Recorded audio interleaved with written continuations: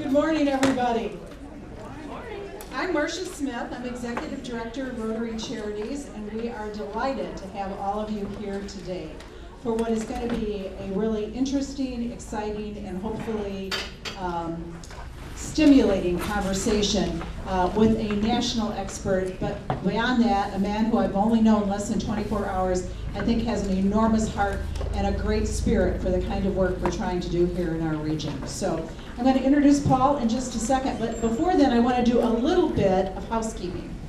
If all of you have not gotten one of Paul's latest books, he has been so gracious as to donate these, so please do take one. We also have a resource list up here that's got some of our local networks and conveners and a couple of national resources at the bottom. All of this and a lot more about resources, all of Paul's slides, and other connections to great websites and information about collective impact, about building community, can all be found on North Sky's website. And I think you all know that, northskynonprofitnetwork.org. Is where to go. And again, Paul's slides, we will have those posted up within the next couple of days. So no need to take feverish notes. If you want to see the slides, we will have those posted. It's great to have you all here. How many folks were with us at the February 20th gathering with FSG? So there, Paul, pretty good group. It's got a pretty good basis of knowledge. So terrific. We are really committed to continuing to provide education and resources related to better ways to work together to do the work that we all know is so important in our community. Really, our goal is to achieve better outcomes for everybody in our region, and I know that that's the same goal shared by all of you. Today we are going to learn from experienced practitioner both the personal and organizational transformations that need to take place in order to truly implement the principles of collective impact.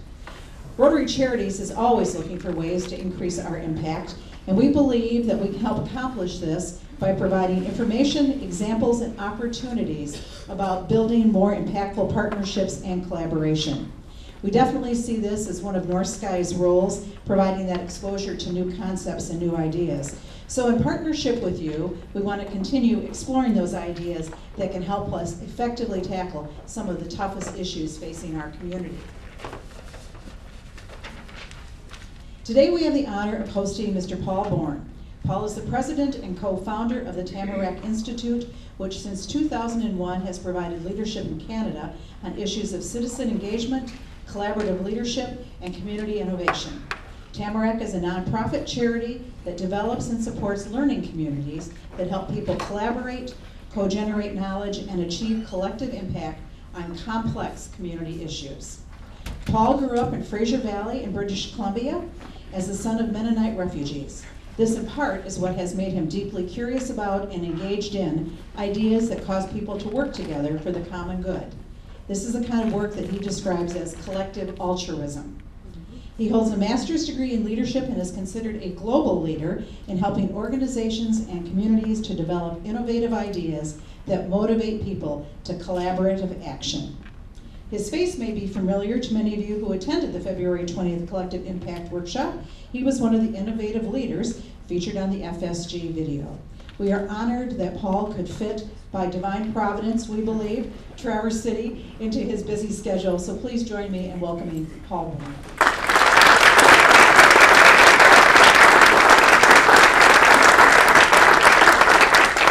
Hi all. Do I need that? I think for the recording, Paul. I do. Okay. Well, we're gonna get another one because if I stand here, it's probably not going to help that much. Is that a little bit better? Great. It's lovely to be here. Lovely to be with Marcia. That's an experience in its own right. My God, are you guys lucky to have someone like that in your community? And I'm told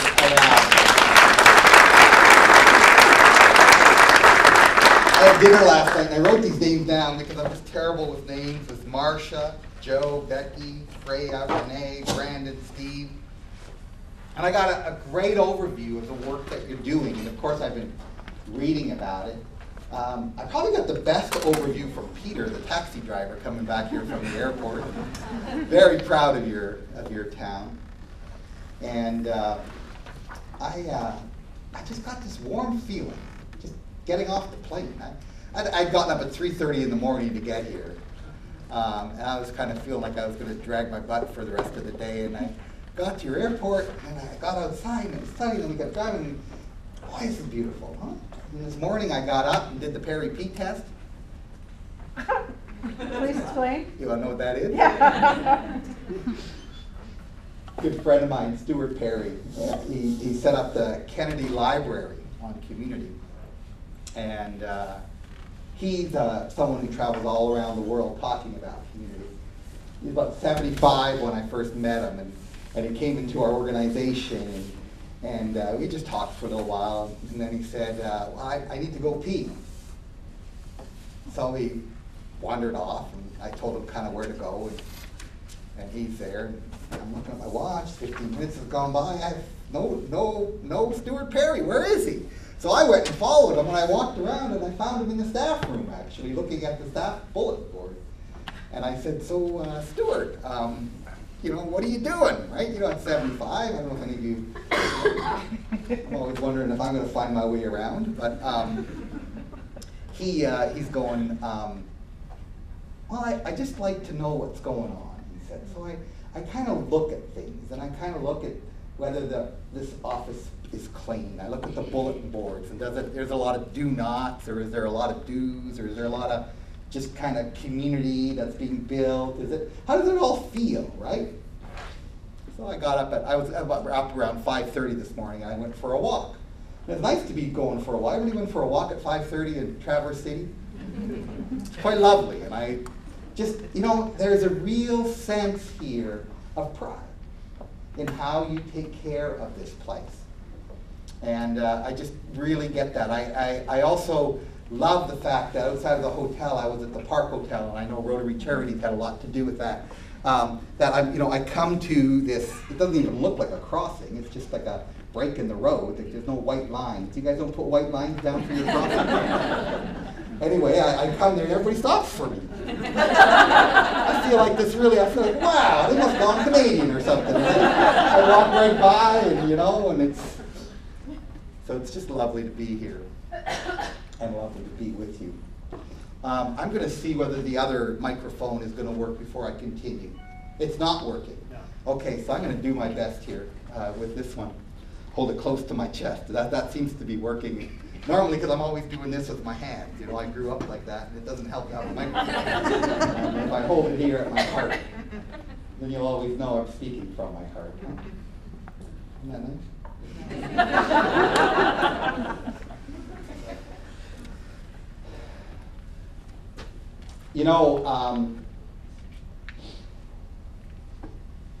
The work that you're doing around the grand vision is really impressive. And to be honest with you, I knew about the work.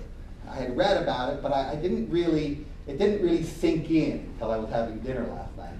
So then I kind of go back to my room, and I'm scratching my head, and I say, so is there actually anything I can teach? And you know how this is, right? When they bring you in and they want your book. I mean, it's kind of like donated, but they're paying me to be here, and which I don't get any of it, honestly. So I'm kind of am donating everything, but it's our organization. It's one of the ways we get contributions from people, and we do almost $350,000 worth of research, and so you sign up, you get a lot of free stuff. It's all free on our site and what we provide. But it's. But I thought to myself, what do I know that they don't know? And I know this. You know this, right? Is that you actually don't ever teach anyone anything. The only thing you could ever do is help people to remember what they already know. And maybe it's not even what they know that they've been able to articulate, but they know it because they've been thinking it, or they've been confused about something. And then they come to a learning event and they go, man, that guy is so brilliant. Well, it's actually you that's brilliant. Right? So I'm trying to identify with your story. What's happening here in Traverse City? What's happening for each of you as you're going through this and as you're working on the grand vision? And I'm particularly interested in a community like yours, right? And I know that I'm saying Traverse City, and I should be saying Grand Traverse. So when I slip up, just know that I'm actually meaning Grand Traverse. But I'm from Canada. And we're not good with names. Unless it's French, you know, nobody remembers them. So, you know, so many things are going right here. So many things are going right. And the work that you're doing with the grand vision is dead on. It is the right thing to do. When we won, our organization won the United Nations Top 40 Projects in the World, and I'll tell you that story in a little bit, and what that meant to us, which is quite different than what you might think it did. Nicholas Yu said, you won this because not for the outcomes that you achieved, but the fact that you have created a human problem-solving machine. That's what he called it. And I love that. In terms of you built an infrastructure, somehow you had this instinct that if you work together differently, right, that you can better predict what's going to happen. You can better respond to what is happening. And you have the capacity to work together when something really needs to get done. That in itself is a skill that very few communities have. Do you know that? That some of you are nodding. Many, many communities out there can't come together when they need to. They have not practiced. They don't have a common vision. They don't know how to work together on things that matter long term. And my sense is one of the reasons you're successful is not because of the grand vision. The grand vision happened because you knew that that was important. And that's a way of being here. I just wanted to really affirm that. I also want to affirm that I think you're kind of at the top of your game. Meaning that you know a lot about this working together. And that you've had some real successes. And you've been at it for a while, which is unusual. Because the vast majority of these types of collaborative approaches only last about 3 to 4 years. And then people kind of give up or they go on to the next sexy thing. Right? And here you are, kind of after 8 years it is now, and you're asking some bigger questions.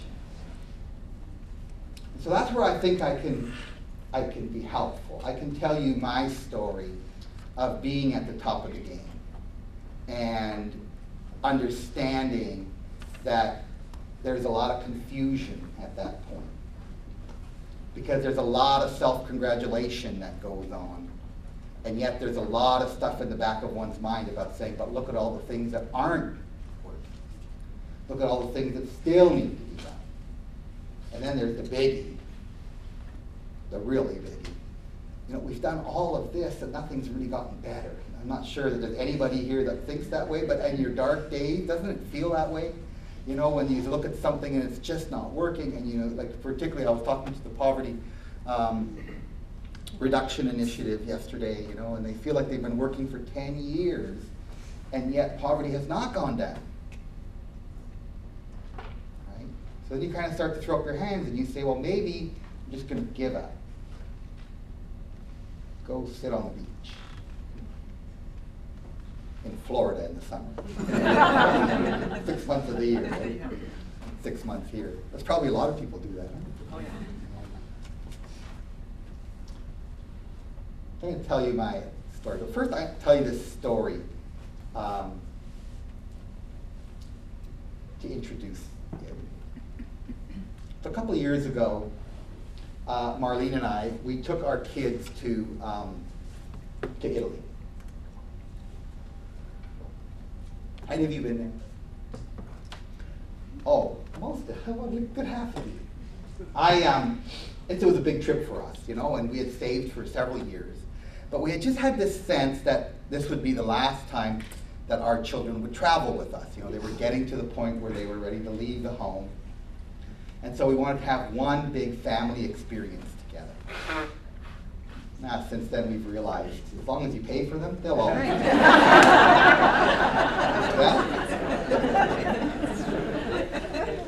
So, at this point in the trip, we're in Sorrento, and we're going back to Rome. So Sorrento is just at the beginning of the Amalfi Coast. Beautiful spot. It's like the city of lemons, right? And we've taken a train to Naples, and you have to change tracks at Naples. Did you know that in Italy they had one set of tracks for one half of the country and another set of tracks for the other half of the country, and you have to change trains? And the reason is because they thought if they ever invaded, then the trains that were sort of carrying all the stuff from the one, they'd have time to destroy all the ones on the other half, so they'd only be able to take over half the country. You know, if you live in Sicily, you know what they do in Sicily. You know, anyway, no. They wanted to protect, the mafia wanted to kind of protect their turf there. But anyway, so there we are in Naples, and you're changing trains. Now, Naples has a real reputation at the train station. And we get on our train, and the boys say, "Dad, do we have any water?" And that was my job. We all had jobs. Mine was to keep them hydrated, and it was, on average, it was about, 40 degrees Celsius in Fahrenheit? Like 107 or something like that. It's hot. That was our coolest day, that summer when we were there. So water was really important. So I went out of the train, and I went to the water kiosk, like it was like a machine, you know, and I put €1 in, and nothing happened, and then my euro fell down. I picked it up and put it back in, nothing, and it went down again. I picked it up, did it again, did it 4 times. On the 4th time, it clicks, and my bottle of water comes down. I reach down to get it, and I look up, and there goes my train.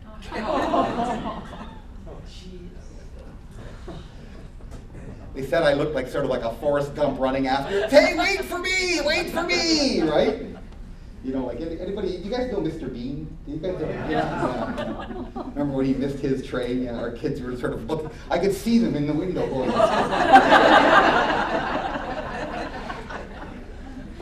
I reached back and I had my wallet, so I didn't panic. And I knew, well, all trains go to Rome, so I just started walking kind of dejectedly and somewhat embarrassed because I had been yelling at that train to stop. And as I'm walking, this porter pulls up beside me in a golf cart and starts talking to me in Italian to come on in, right? Come on in, he was saying, you know. And I just didn't want to trust him because in Naples, like when we had gotten there the first time, they had done that. They took our bags, and by the time we got on the other train, we were out like about 40 euros more than we would have paid if we would have just done it ourselves, right? And they dress up like porters, but they're not really. Anyway, I finally gave in, and I jumped into his golf cart, and we drove all the way to the back of the train station, and we get out, and there's the admin offices, and he gets out, and he starts talking, and everybody comes out of their offices, and they're all laughing. And I know it's me. And they give me another porter, and I start walking with this porter, and I go down 1 flight of stairs, then I go down 2 flights of stairs, then I go down 3 flights of stairs with him. And as I'm going down the 4th flight of stairs, all I'm thinking is when he asks me for my wallet, I'm just going to give it to him. Right? We get to the bottom of the stairs, and we're at another train track. Right? Do you guys know what this is? Like there's the high-speed trains, and then there's the regular speed trains. And I was too cheap to buy the high-speed train ticket, so we were on the regular train ticket above. And there's not anyone on the platform. And so I'm asking this porter in English, which he doesn't understand, why are we here? He can see I'm somewhat, you know, being forceful. And he takes the ticket that I still have in my, I actually had the ticket from, that I was supposed to be using out top, and he writes on the back and he points upstairs to Marlene and the boys' train when it was leaving and when it was going to arrive. And then he pointed at this track and he wrote down when it was going to leave and when it was going to arrive. And guess what? I was going to get there before them. The train pulls up, he throws me on. There's literally not a seat to be had. He threw me out of the front of the train. I walked all the way to the back of the train. What's at the back of every train? Bar. You know, I've told this story like 100 times, and not one person has ever gotten it. Huh? Ah, there you go. You know it. Okay. Did you guys hear that? What's at the back? The bar. So I get to the back of the train, and there's a big party going on back there, right? And there are some Germans there. I speak German. We're talking German. We're having a great time. You know, and the porter comes in. I have no ticket. They didn't even make any provisions for me to be on the train. The porter comes to take the ticket. He comes to the back. Someone gives him a drink. He starts hooting and hollering, and he leaves. So nobody actually asked me for my ticket the whole time, right? And as I'm there, I meet up with this man by the name of Mario, and he was an economist from the University of Milan. And there wasn't even a seat in the bar. So we stood at the back of the train, and it's just kind of going back and forth like this. And we spent about 2 hours talking about economic development in Italy, which is my passion. Theoretically, I come out of an economic development perspective. And so I had so many questions, and I had read all of Robert Putnam's work out of Harvard, sort of looking at the Italian example, and I learned so much. I learned more in those 2 hours than on this entire trip, and I was just fascinated by it. Well, we get to the train station in Rome, and Mario says, "Paul, I know exactly what track they're on about my family." And I said, "I know what car they're in," right? And we run out of the train, and we run down to the car, and just as we get there, true story, Marlene and the boys are coming off of the train. And I hold up my bottle of water.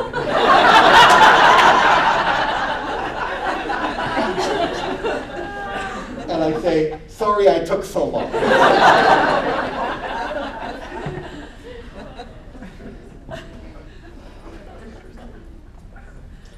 In these times, getting lost might be one of the most important things we can do if we learn to get lost for a while. And let me explain.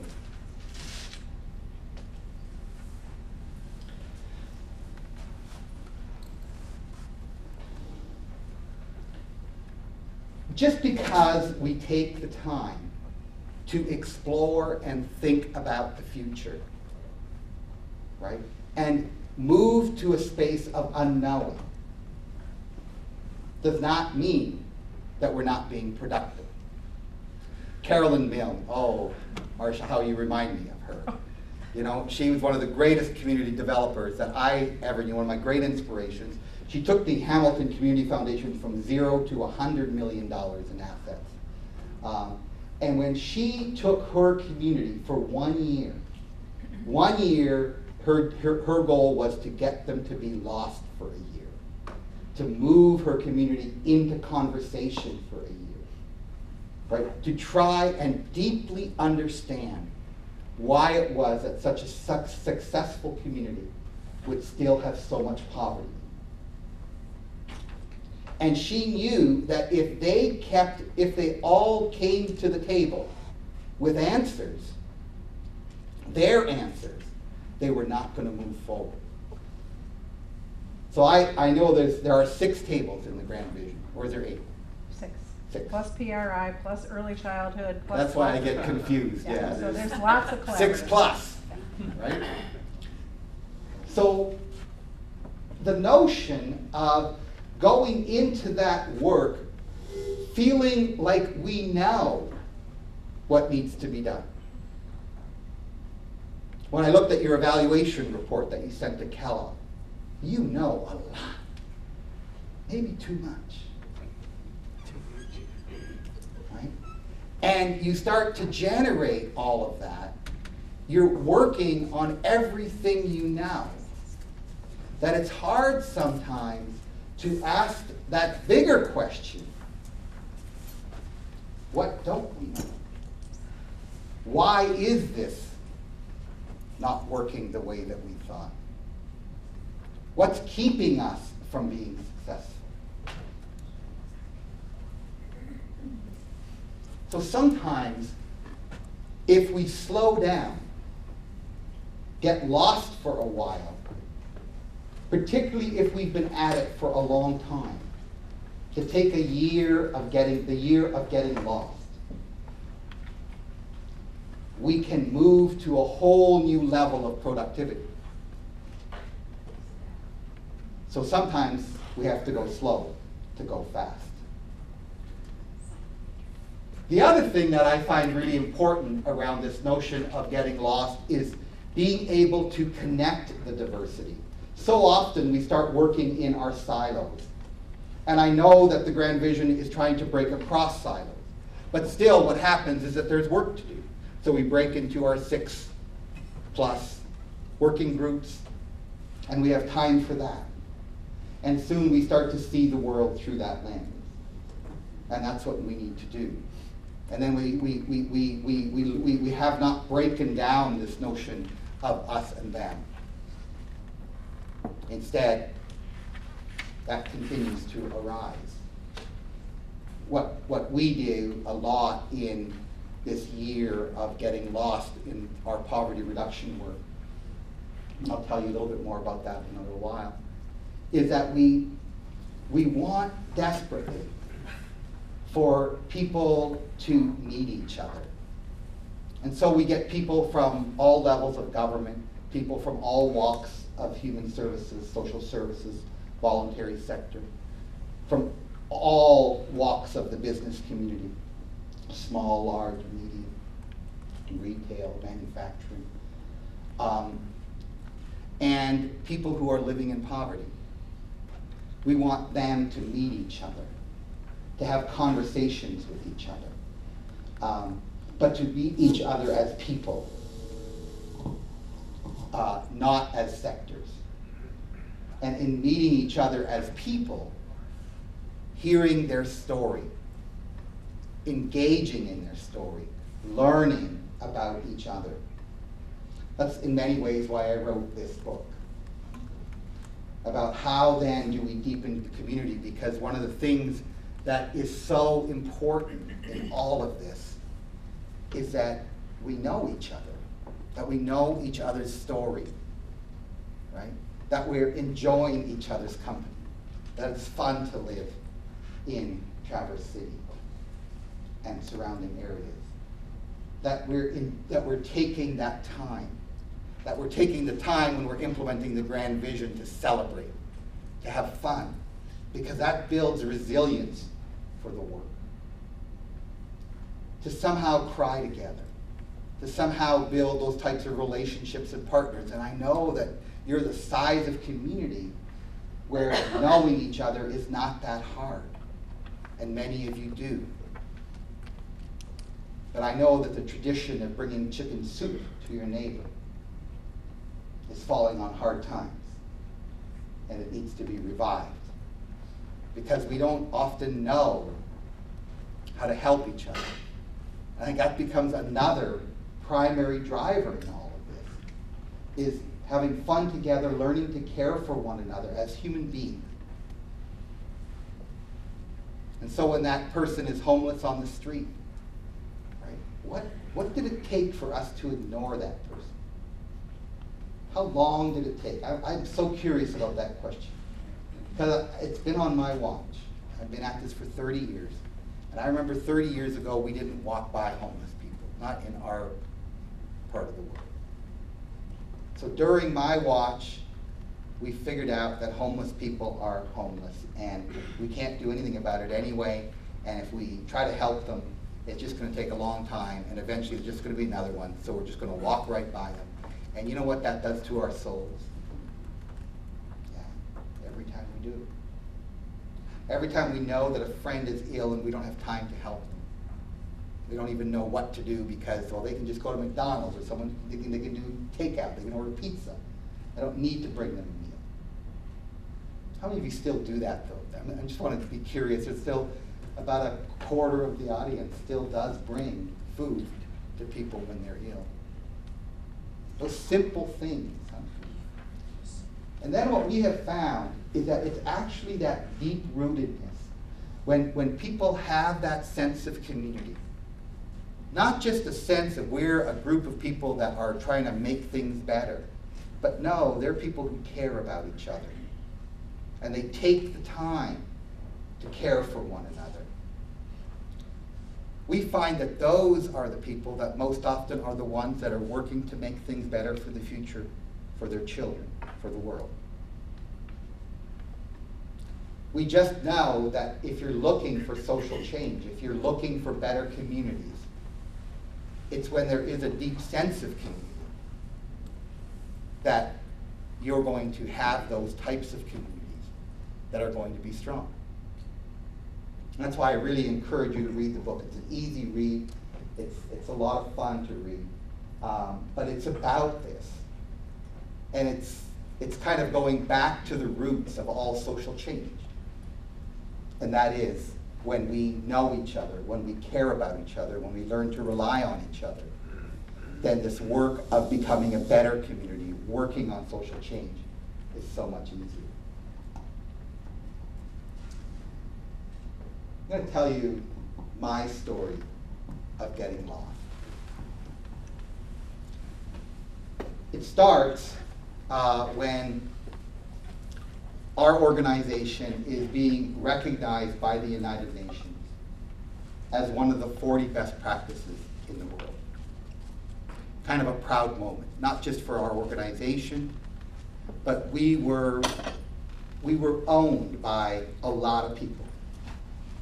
We were a large charity, and our work was to reduce poverty, to inspire economic development. We used to go out with our economic development officer often on talks, and he would throw golf balls into the audience, and he said, "This is what I do. I develop municipal land, sell it, work with businesses." So I play a lot of golf. And he said, and this is Paul, and he directs CODA, at that time was the Community Opportunities Development Association, and they work with the 20% of the people that don't benefit from what I do. Isn't that interesting that he would recognize that the traditional economic system benefits about 80% of the population? Not bad. But there are 20% of the population that don't benefit from that type of activity. And so we were the other economic development organization. And that's how he would describe us. And so we were at this gathering. There's about 350 people there. It was in the oldest city hall that we had. It was standing room only. There was all the media was there. All the politicians, all the leading business leaders were there. And we were being recognized. Nicholas Yu had flown in from Nairobi with the award. And it was a big celebration. People were very proud to be recognized globally. It's just, we have kind of an ego problem in our town. So they like this stuff, right? So the celebration ensued. There were lots of speeches. And then at the end of the program, I was brought up to receive the award and make the closing speech. So I came up and I received the award, and I did all the right things. I thanked different people, and I talked about why this award was important to our community. I mean, we had helped over 5,500 people get back to work. We had developed a plant closure process when all the plants would close. It's about a region of 500,000, very industrial. And right at that time when a lot of plants were closing, free trade kicked in, so a lot of moved back to the US. We would go in and relocate all the workers into new jobs.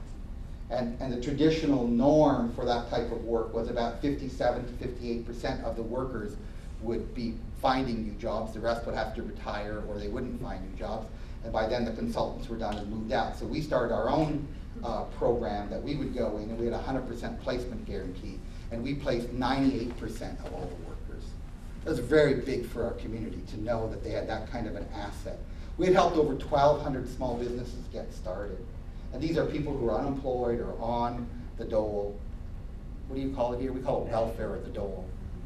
You guys know what that is? Yeah.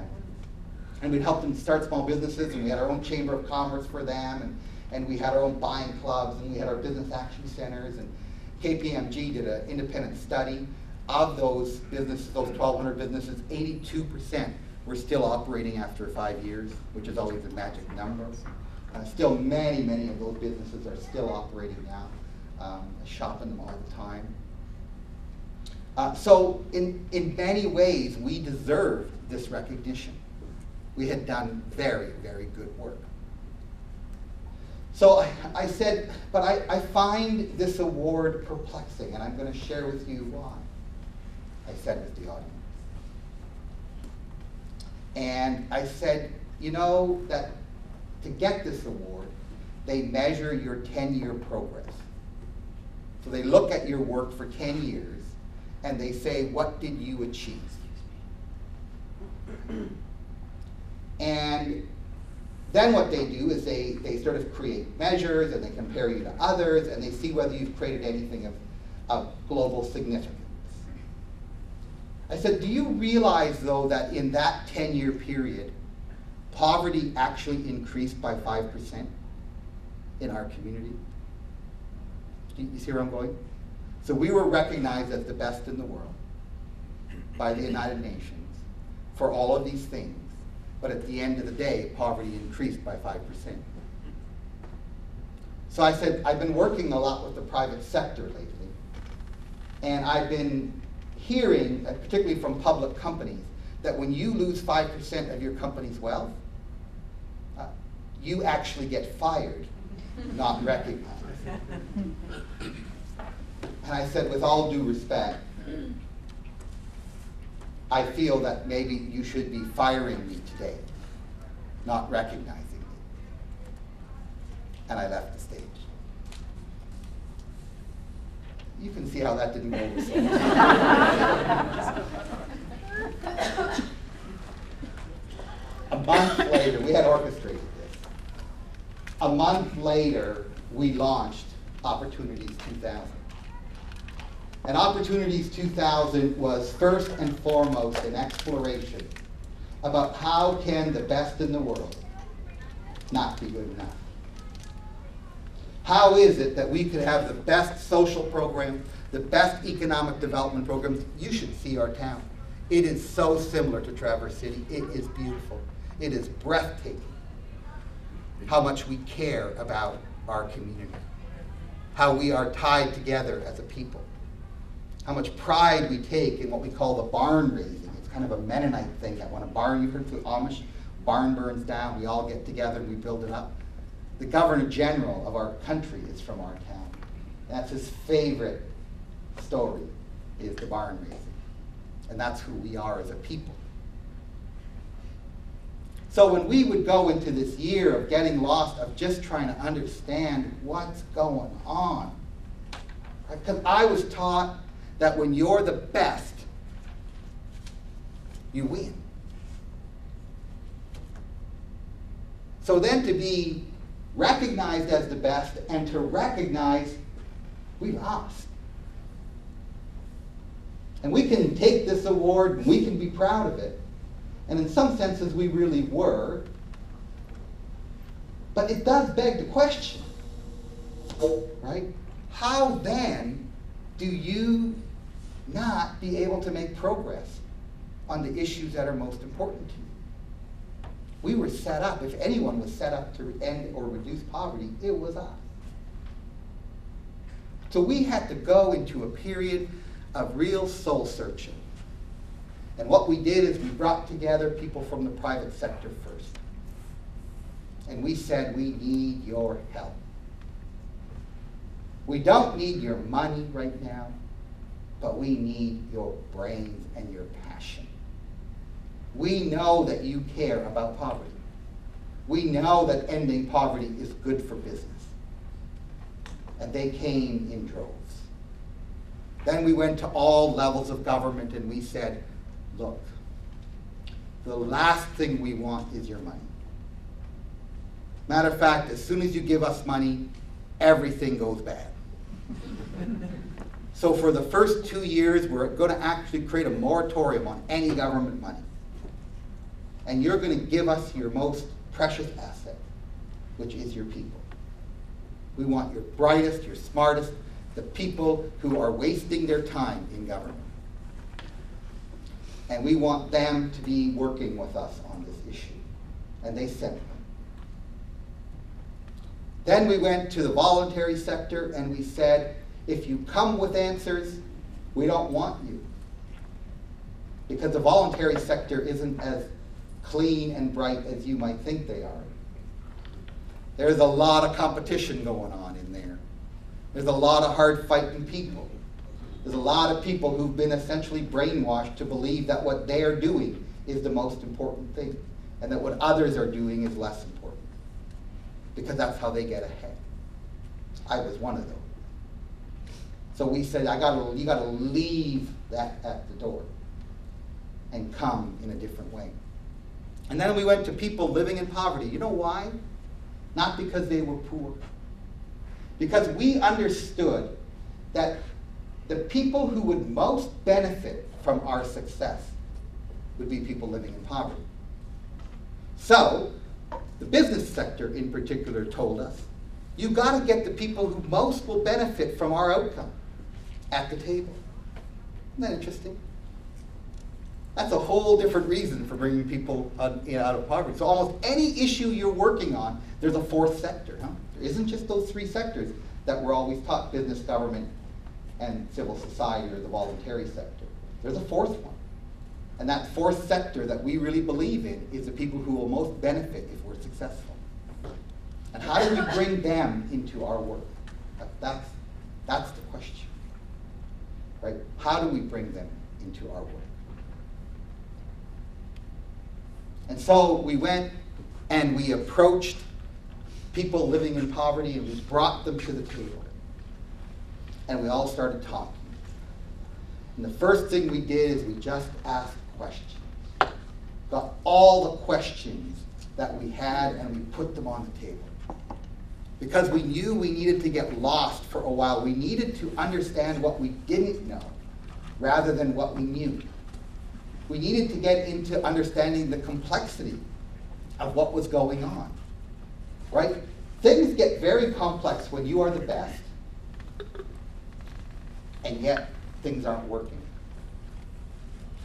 And you're recognized as doing the best work, and yet still you aren't getting the achievements that you need. It's very different than than sort of being in something and only looking for those things that are working, but to understand the larger issues that aren't happening, right? It's very easy in a corporation. Maybe it's not as easy as we think. But basically, you can be the best, and if you're losing money, you're not the best. You can be doing everything right, and if you're losing money, it's pretty simple. The measure is at the end. But in human development, it's not quite that simple. So we started talking, and we started thinking, and we started rethinking and unthinking. And through this, we said we need, first and foremost, to work together as a whole community. That poverty is not something that only a few of us are working on. It's a solution that everyone needs to be working on. Poverty is the problem of the private sector. It's the problem of government, education, universities. It's everyone's problem, right? And it's not a problem just because we're wanting to be nice to these people at our table, because it's a problem for them too and for their families. And as we started to think all of this through, we came to understand the problem this way. In the last 10 years, what we came to understand is that people didn't get lazier. That was really important for us to understand. People didn't get lazier. People didn't get more addicted. right? Society shifted, sure, and there were some of those shifts caused more poverty. But essentially, what we actually saw is that one of the things that caused poverty was that we got better in some areas. We mechanized many of our workplaces, so that's what caused some less need for jobs, right? We needed more specialized workers, and the people who were still working in the old jobs didn't keep up. So really, whose fault is that? Right? You can say it's the people who didn't keep up, but a lot of things changed, right? And as we began to understand some of the bigger issues related to poverty, we started then to be able to formulate these interesting new ideas. And we came up with these 5 core principles. The first one just being a broad one, that we no longer wanted to work at poverty alleviation. We only wanted to work at poverty reduction. And we wanted everyone in the system to understand the difference. Now this is an interesting thing, because when you work at poverty alleviation, what you're saying is that the economic system is resilient enough to absorb everyone. And all you're going to do while people are falling on hard times is you're going to help them just enough until they get back on their feet again. And then the economy will just absorb them. But when we did a historical study, it's no different here in America. In the last 30 years, there's not been a lot of change in poverty. It's just gone up a little bit, actually. It hasn't gone down, right? But it went down for a while there, quite dramatically. But what we actually came to understand is that we think the economic system peaked. The economic and social system that we had created, the human system, that's what I call that whole thing, had peaked. It could only absorb about 85% of the population. And there was at least 15% of the population that the actual system we had created was not going to absorb, and has not absorbed for 30 years. So helping people get a little bit better, getting on their feet, wasn't going to be any good. Right? Unless a lot of people died. Then we'd have enough room in the system. But given the way we had grown and given the whole way the thing was structured, it was set up for 15% of our population to be poor. That was nobody's fault. It was just great to recognize that. And then to say, okay, we need to create a more resilient system. So we need to create more opportunities for these individuals. We need to figure out how to make connections to new jobs. We needed to figure out that rather than giving Toyota $100 million to locate in our community, which again, none of the people that were unemployed could apply for because you needed a certain level of education just to work at Toyota, right?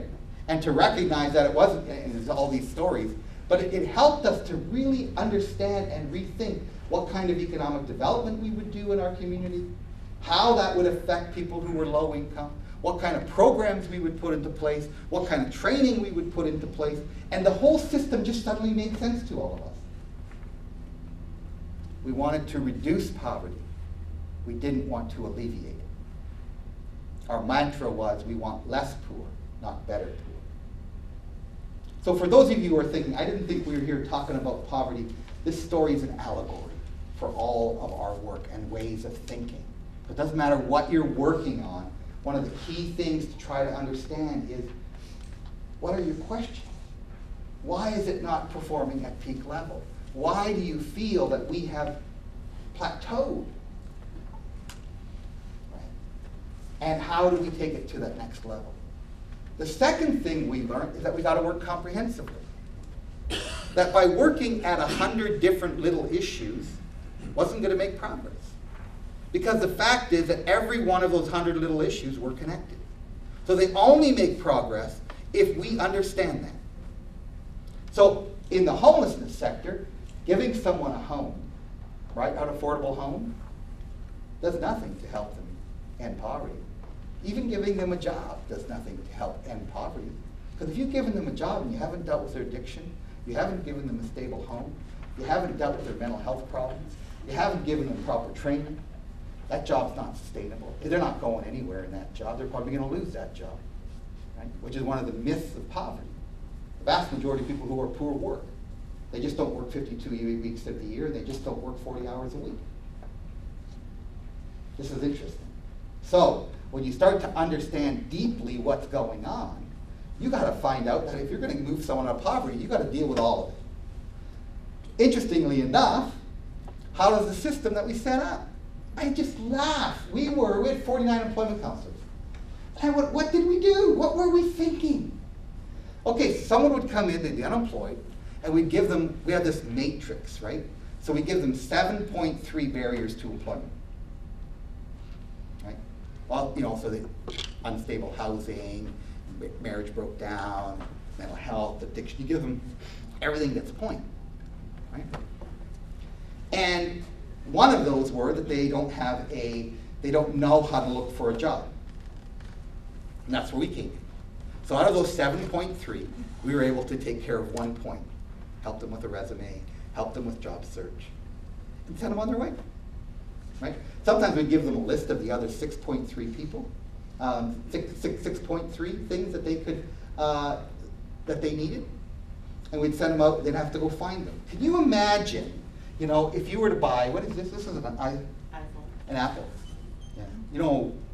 We're the home of the BlackBerries.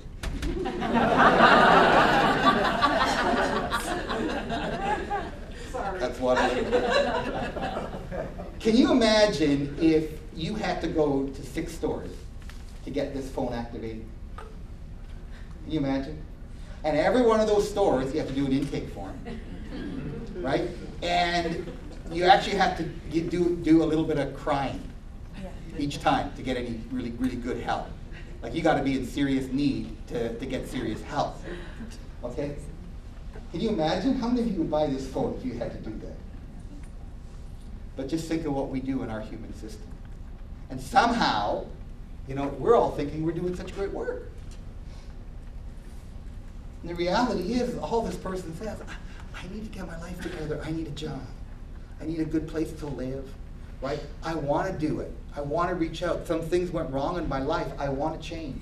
Now, there's a few that don't, right? And we can talk about those, but the vast majority of people want to get on their feet. They want to make a go of it.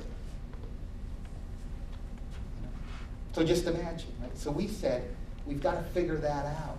At a minimum, we've got to have a comprehensive intake system. At a minimum, we have to be co-locating together. What people living in poverty, there were 19 low-income pockets in our community. We moved all of our, we started creating every one of those. We created a neighborhood center, and we went there. Then we hired local people that lived there, and their job was to find out which Joe, Jane, or Mary was unemployed. And they go knocking on their door, and they said, can we have coffee with you? That's what we did. We completely changed the way that we did our services. Can I walk with you down to the neighborhood center? And there's someone there who can help you with this, or with this, or with this. We figured out how to go where people were, because what they were saying is it's just ridiculous. You're all in Traverse City. None of us are there. We can't afford to live there. That's what happened in our town in terms of Waterloo. So we went there, set up shop. Right. Third thing is that we started working from an asset orientation. What we began to realize is, this isn't broken. When 85% of us aren't poor, we got a lot going for ourselves, right? We can turn this around. We can turn this to 95% not being poor. If the 85% of us pull together, bring everything we know and everything we've got to bear, right? Well, you guys already know this is what the Grand Division is all about, right? You bring that all together, but you work from an asset orientation, rather than thinking, okay, people are poor, it's a problem, and then you start just feeling, it's just, you know what I mean? It's just not true, right? Yes, there is real empathy. But we're taking care of that by building a deep sense of community. And we're trying to re-invoke that sense of caring, that we can't walk by homeless people anymore, because we're dealing with that in another way as a community. But it doesn't help for us to be thinking of people in poverty as a problem, and the fact that we have a big problem. What we need to do is set real tangible goals and see how it benefits all of us. And in everything we're doing, that becomes so important. There's a process. Anybody heard of appreciative inquiry? Yes. Hands up. I want to know how many. Okay. It's important that your community know about this, because you're an appreciative inquiry community. It's a kind of community that is going out and asking questions about what is working. That's a very important journey to go on and to try and understand. Have you heard of positive psychology? Right? Remember the time when you used to go to the psychologist and they would talk to you about all the things your mom and dad did and how that affects you? And there's some reality there. Okay, I'm not going to, I smile. I was going to play light of that, but I realized I shouldn't. Right? But what they're saying is, why don't we go back and think the opposite? Because there's an equally important story of all the things they did right and all the things you did right. Right? And they get us to kind of think about what it is we can do right in the future.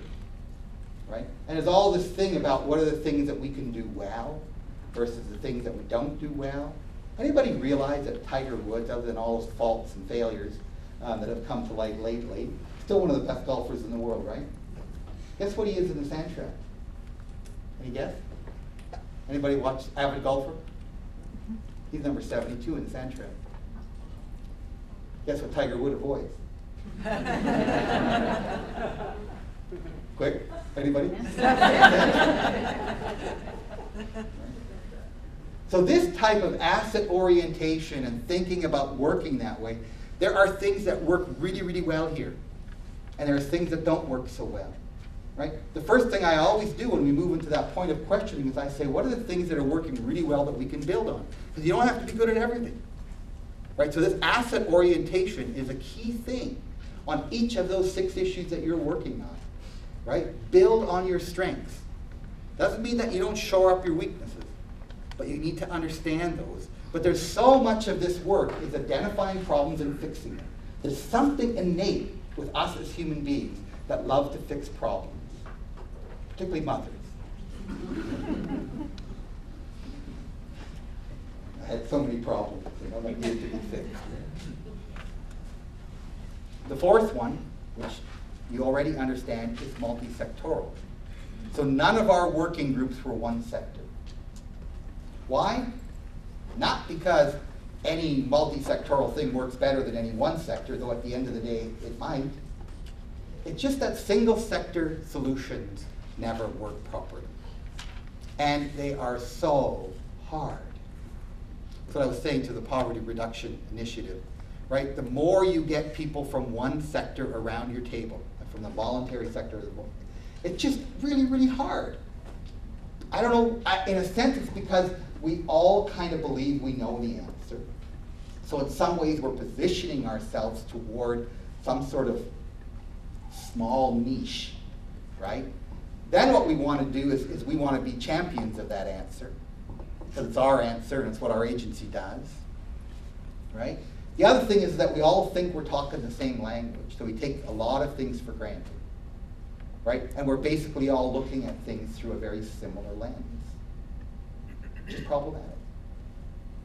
You know, when we work multi-sectorally, what it does more than anything is it allows us to have multiple lenses on the world.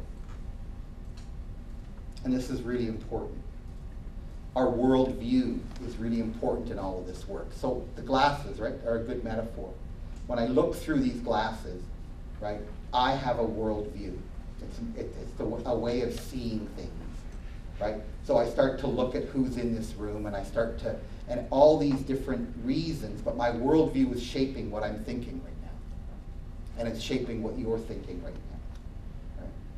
And how does your worldview get established? They're through your ladders of inference. The ladders of inference are all the education you've received, all the experiences that you've had, people that have influenced you the most, your parents and maybe your pastor and a few others, like, you know, the people that have influenced you growing up, right? So it's very interesting being a leader of any organization today, because many times you have to live up to the ideals that people have of leadership, right? What they think leadership is right or wrong, is based on how they grew up in it. So there's this really interesting thing about ladders of influence and worldviews. Now, if you bring people into a room that have very similar worldviews, right, good things don't happen for some reason. You don't get to see beyond those worldviews. You spend a lot of time justifying the way things are, right? Building the way things are. It's very hard for you to question why things aren't working, what new things we could be bringing, what new ideas we can bring to it. So that's why if you bring the different sectors into the room, people from government, people from business, people from the voluntary sector, people who are going to most benefit from your success, and you make all of your conversations with those different groups together, the chances of you being able to find more creative and innovative solutions just skyrocket. More importantly, meetings are finally fun again. Because what happens in my experience, and I wrote another book, it's a double bestseller, it's called Community Conversations. And what we came to observe is that when groups of people come together from different sectors, right, that they move from a place of knowing to a place of curiosity. And they move from a place of trying to solve problems to a place of telling stories. And somehow we as human beings can absorb and accept stories, particularly when we're wanting to change, much better than we can solutions. And so these meetings become very, very interesting. Now I want to go on and do a whole tangent about that, but I won't. What happened?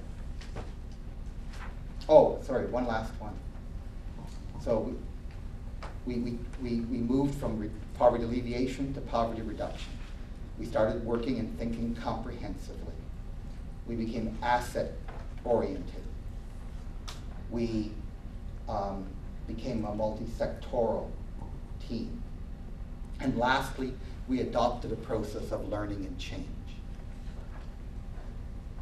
What we basically came to understand, and this is a remarkable thing for a community to understand,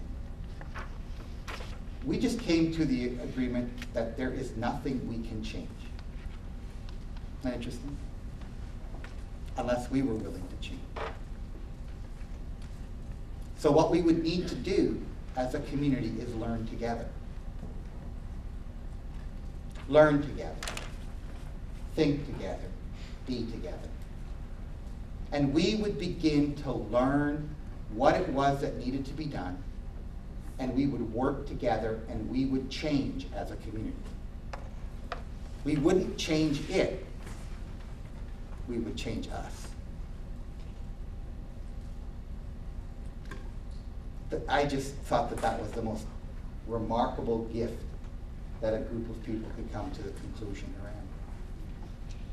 We were not going to solve poverty.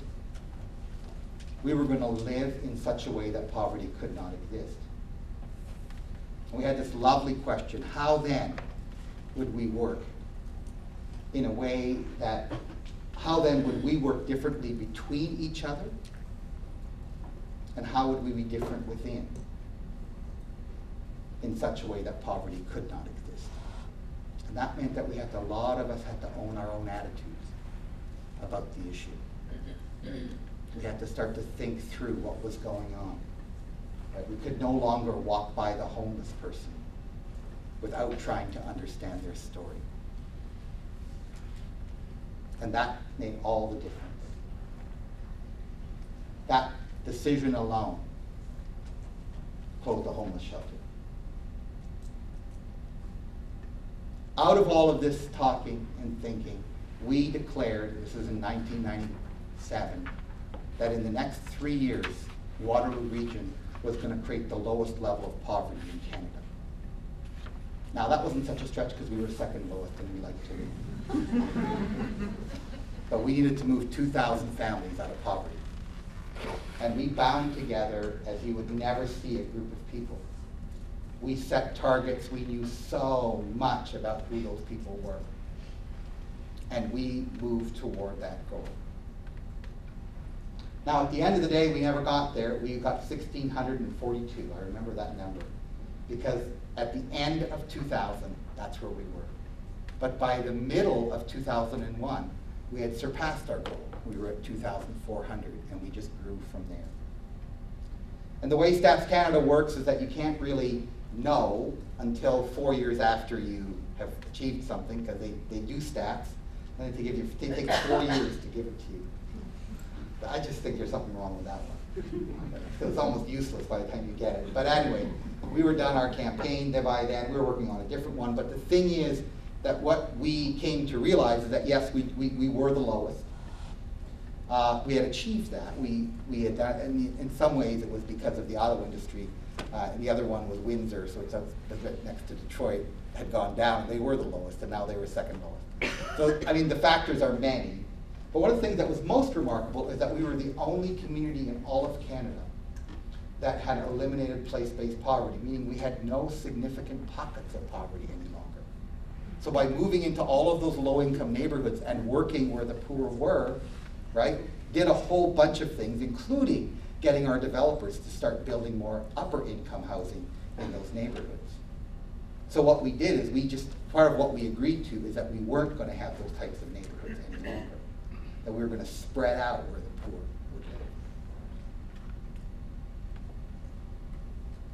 Today there are 62 cities operating like this in Canada. And just 2 weeks ago, it's called Vibrant Communities Canada, and just 2 weeks ago, we committed to reducing poverty for 1 million Canadians in the next 4 years. We convinced every province, which is like every state, to develop a poverty reduction strategy. So we have 62 cities, 115 working on them, which will be every city in Canada. And every province, or would be here, every state, has now a poverty reduction initiative. In 2015, for the first time in Canadian history, we will be celebrating that fact. As far as we're concerned, everything has changed. Our goal now is to eliminate poverty in Canada. And many of us believe that we will do it in our lifetime. Thank you.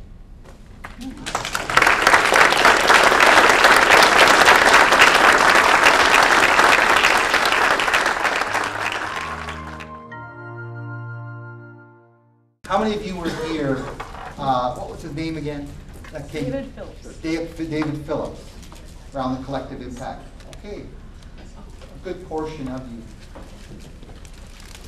What he was talking about is this new phenomenon and this new way of sort of thinking about this collective work that we're doing that looks a lot like what you're already doing with different language and a different mindset, coming at it from another angle. Many of us have been working at this collaborative work for a long time, as was our community. So, I mean, it's interesting that, you know, as our community had been working on many issues of economic development, of social development, of parks and recreation, of food systems, we were working in very similar ways that you're working, and a lot of communities are. I don't know a lot that are doing it at the level that you're doing it. But this work of collaboration isn't new. And what was very interesting is that one of the CEOs of our hospital, as he was sort of talking with the health group, you know, he was saying, you know, though I have found all of this working together and all of this talking together as a health sector for the last 19 years, very helpful, I've actually never made any use of it. I've never found it of any use. they asked him to explain, obviously, and he just said, well, I've never done anything differently. Like, I know you all. We're all well connected, right? We all kind of report on what we're doing. But what have we actually changed because we're working together? This is an interesting point. And so what collective impact is doing is it's trying to look at a higher level phenomenon. And I think it's what your group is now, as I'm talking to some of your leaders, is trying to take you. It doesn't necessarily mean that you're going toward a collective impact approach. But there is a sense that there is a need that you need to take it up a notch. Who's that chef? You know, Emerald. Bam? Emerald. Lagasse or something? Emerald Lagasse. Lagasse. You guys going? I think you're looking for that bam. And collective impact might be that approach. I mean, it's interesting that, you know, we've been writing as an institute where we went from, we don't just work at poverty reduction. It's one of the areas that we work in. But we also do a lot of training in collective impact and collaborative leadership and community engagement. We have a whole division that does that right across North America and actually around the world. And then we also work at this whole process of deepening community and trying to get people to understand the importance of community as an organizing principle. So we do a lot of that work. But what we've come to understand and what we came to understand in this poverty reduction work is that a common agenda is not necessarily a written plan. That a common agenda is that the business community, all levels of government that are working in a jurisdiction like Grand Traverse, the voluntary sector, the general population have come to a common agreement about what they want the future to be and how they're each going to contribute to that. So a common agenda is literally a common commitment to something. Okay? And that's different. It's not good enough. It's not strategic planning. Henry Mintzberger, one of the great business writers in the world today, wrote a paper called The Rise and Fall of Strategic Planning. And basically what he was saying is that strategic planning was actually never intended to put together a plan. It was intended to bring everyone in an organization to the same place, and it was to harness and focus energy. Make sense? You know what I mean by harnessing and focusing energy? I think in many ways the grand vision, my reading of it, my understanding of it, that is its real intent. Not just to identify issues and do work, but it's about harnessing and focusing energy. And I get a sense that something is really working in Grand Traverse. Right? Remember I did the Perry Peak test this morning. But generally, I mean, come on, it's hard not to believe that. I know that your governor believes that. Something's really working. And it doesn't mean that there are things that aren't working. Okay? So it's not, you know, and I always have to do that because there's always people in the room who say, how dare you say things are working? You know? Because there's always things that aren't, right? That's a given. But there's a lot of things that are. So I think that part of that is the ability of a community to harness and focus its energy. And that you've got this process and this practice. You see what I'm saying? The process and a practice of this grand vision. It's a lot of work that you're doing, but you're learning to work together. And you have a platform to talk about how do we do that better. So please don't write off the collective impact because we're already doing it. It is quite different, trust me. I teach this all over the world. I've seen almost everything on how communities work together. Right? I still have a lot of questions and a lot of learning, but this is different because it's a different mindset. Really try to understand, what does it mean for us to have a common agenda?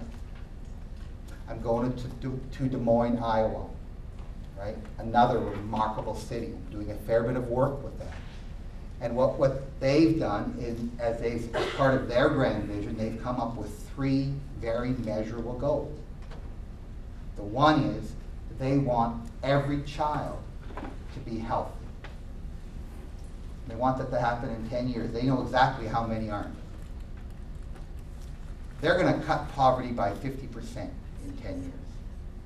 They know exactly how many people are poor and where they live. Right? And they want to double the graduation rate in 10 years. That means of all the kids that aren't graduating, they're going to cut that in half. I was like, they want to do that in 3 years.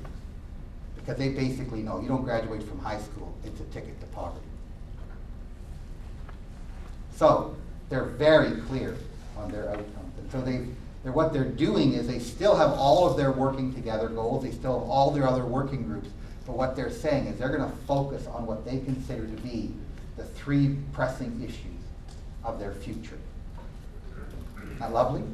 The pressing issues of our future. Des Moines, Iowa. I think a lovely partner city for you because they think like you do. So this common agenda thing has become really important to us in trying to understand how we bring everyone together. You know, the fact that in St. John, it is more prestigious to be part of the Business Community Anti-Poverty Initiative than it is to be part of the Chamber of Commerce. And I got to tell you, the Chamber of Commerce is really, really important there. J.K. Irving, the wealthiest man in Canada, sits on the Business Community Anti-Poverty Initiative. Now, he lives most of the time in the Bahamas and flies in in his Lear jet just for the meetings. It's a huge paradox.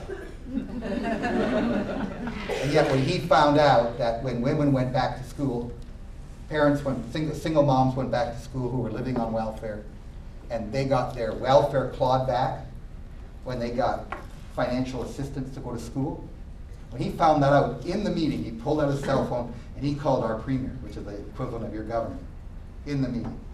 And they said, well, you know, the governor's busy. And he said, so am I. Get him on the phone. They went and found him, right? Because this is J.K. Irving. And then he said, did you know this? And started yelling at him on the phone, right in front of everybody. And the premier goes, well, I'll look into it. No, don't look into it. Do something about it, he said. He said, matter of fact, we're all going to come and see you. He said, when is your schedule free next week? And I don't. He said, well, then go talk to your secretary. Find out when you're free. So he gives them a time. And J.K. Irving flies them all in his Lear jet to the governor. It's over the water there. I know, a big paradox. And they solved that one in 1 month. See, this is when we start to work together differently. Because it didn't make any sense to him that people would be held back that long when we start to understand the issues. Because we became clear that reducing poverty was good for business. You think about that for a while, because we so often talk about businesses not caring about this. All they care about is profits. We've proven that one wrong. When we come together as a community, we care about everything. And we work together and bring what we have, our assets, to bear on the problem. You imagine if we all bring our assets to bear on the problem, what we can do. Second area, right, is shared measurement. This is a big one. Because so often we want to measure what we agree to do. So we have a strategic plan, we write out the plan, we have all these goals. Now we're going to hold ourselves accountable to measuring all those goals. That's not a bad thing. But what we're not doing is we're not saying now when we go back to our organization, those aren't our goals. Those are the Grand Vision's goals. They're not our goals. You know how we can easily separate that in our own minds about the goals of that organization? I got a lot of work to do. Those are all my goals. I got to keep measuring those. Well, when you do shared measurement on a common agenda, you start to adopt the goals of the collective into your own organization. You're all starting to measure some things together. Right? So let's say if one of the big priorities of Grand Traverse is to ensure that every child graduates from high school, which I think is really, really important. Right? Let's say that becomes one of your goals. The question is, how are you all contributing to that goal? All the way down to the mom and pop business. Right? When that child comes and says, can I have a job? And they're saying, yeah, I need you, you're a good worker, and I'm going to give you a job as long as you promise to finish high school. I know you can't legally do that, that's okay. But morally you can. Right? Because it's my business, I can do what I want in that sense. Right? We've got to get that kind of buy-in around town on all of our goals. And that kind of commitment. And that's what we start to mean about shared measurement. And when you have a common agenda, shared measurement isn't that hard. We start to bring all of our agencies into measuring many of the same things. And that's markedly different than what's currently happening in almost all forms of collaboration. That's what it means to really be working as one. Not all the measures, but a couple of them. Then where this thing of mutually reinforcing activities, this working together, actually becomes quite easy, because if we actually succeed in our goals, right now, if the grand vision succeeds, do you succeed? The community succeeds, but can you actually tie your success of your organization, and maybe even in your life, to those goals? And that's part of what we need to be doing, is making those connections, so that then working together, if our vision succeeds, we all succeed. And we don't just succeed from the level of, oh, we have a better community, but we actually concretely succeed in the work that we're trying to do. The disabled are more part of our community, right? We've been able to end sexual abuse, right? We've been able to reduce poverty significantly, right? These are just some of the issues that people came and talked to me. We've been able to do that together and own that together. So that working together, that isn't just about networking and communicating. There's a real vested interest. It's a bit like if your downtown is going to be successful, it's the owners of the buildings, the workers in the buildings, the owners of the businesses, right? Together with the city, together with the people that can shop here. There's a commitment, a whole community-wide commitment to make a downtown successful. And all of you need to find that kind of connection and benefit, or else it won't be successful. You know, what happened in Cambridge all the time is that most of our buildings were owned by people living in Toronto. So no matter what we did, I sat on the revitalization committee so many times that I finally said I won't any longer. Because all we did is we widened the sidewalks a little bit more, or we painted the fronts of the buildings. We did stuff like that. Nothing actually ever helped until we got the owners to sit around the table and say, okay, let's revitalize this downtown. Then we brought in the School of Architecture, because it's a beautiful architecture. We went and raised $100 million and went and built a School of Architecture in our downtown. And that revitalized everything and endowed it world-class School of Architecture. And now it's just vibrant. Right? But we understood what it would take. And those business owners believed in it. And the real estate values skyrocketed, and the quality of the downtown skyrocketed. And everybody benefited. It's kind of interesting. You can start to see that in our work. And then this continuous communication thing that he talked about, right? It's on the one level, it's about having good tools to talk to each other and to work together. But on the other one is that we're just actually very curious about what's going on. And we want to know. You know, we want to know what the stats are. We want to know the stories. We want to know. And so in many ways, it's about creating this intrinsic desire to know about what's going on. because we're so engaged in it in the first place. It takes us right back to the common agenda, making common agenda work never done. Right? The common agenda is ongoing and growing. It's about getting more and more people engaged in the community. And how do you do that? I think the best way to do continuous communication is through celebration and parties. Lots of them. It is. We have to. There you go, I like that. But it's really true. If we dance together, you know, if we sing together, you know, we go to church together, right? Whatever it is that it is. If we have our beach parties together and we give awards to each other, this is a really important part of where we integrate all of this, right? Because we are doing this together. It's such an important part that is so often replaced by getting emails. You know, and just, you know the difference, right, about what it does to your soul. People say, well, we're too busy. You know, we're all so busy. What are we busy at? Like, really? Especially if we aren't getting things right all the time. You know, I often say, how many of you think if we just all work harder, we're going to get a better result? How many think if we just wrote one more report, right? We just got a little bit smarter, that we'd get a better result. And many of us even know that, yeah, a lot of money is going to give us a short-term result, but if we're putting money into the wrong things, it's not going to give us any better of a result. So what do we got to do? Most likely, we got to slow down. Take time to get to know each other. Think about things, right? If we don't have all of this, if we just kind of work together as a community, things probably would just get a whole lot easier. Wouldn't be as bureaucratic, wouldn't be as political to get things done.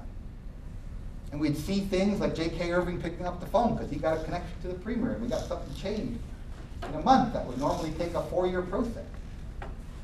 Right? Some of that happens. And that's that continuous communication. It's about maybe in a sense how we can get large scale. And you're not even that, it's not that large scale here to do that.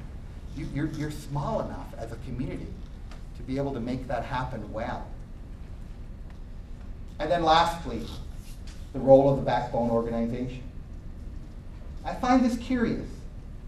I find it curious, maybe a little bit critical of you here, that you're doing all this good organizing work, but you don't really have paid staff coordinating. Right? I don't know about you, but most of you, as am I, we spend a lot of time doing our work.